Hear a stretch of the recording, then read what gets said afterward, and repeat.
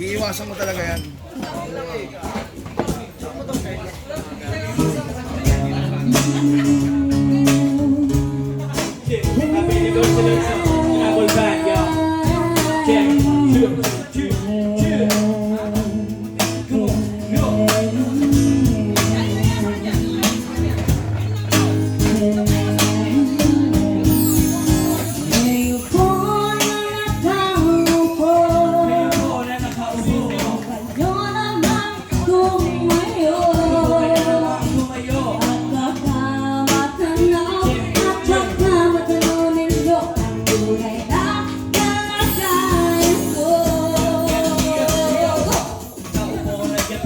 Sa loob ng malaking bahay at malawak na bakura, mataas na pader, pinapaligiran ng nakapila mga mamahaling sasakyan.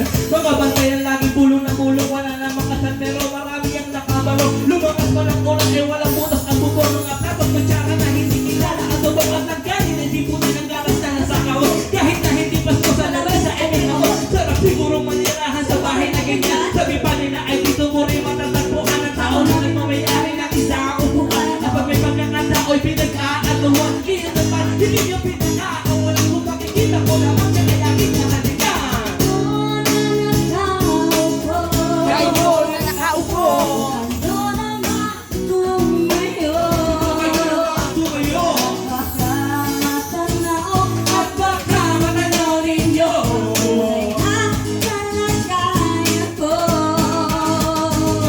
Walang galang na ko sa tao na kaupo. Alam niyo pa mantakal ng bigas na may ejipuno. Tingin sa bahay namin, pinagtapit-tapit yero. Sa gabi ay sobrang init at tumuto na walang yero. Lagi kahit bilhin ko pang ilagay sa ilong. Hindi na kulong kupit sa lumang takuring ulit-ulit. Kapit ang paggatong na inanod lamang sa estero na nag-isipin ko sinasao. Magayamin pa yung ang aking inay na may kayaman. Isang kaldero na nagagawin ka pa ng aking awa. E di wala pero kulang na kulang pa rin. Kulang na to yung kasi 50 pesos sa mga amoy pagkakasyahin. Hindi ko alam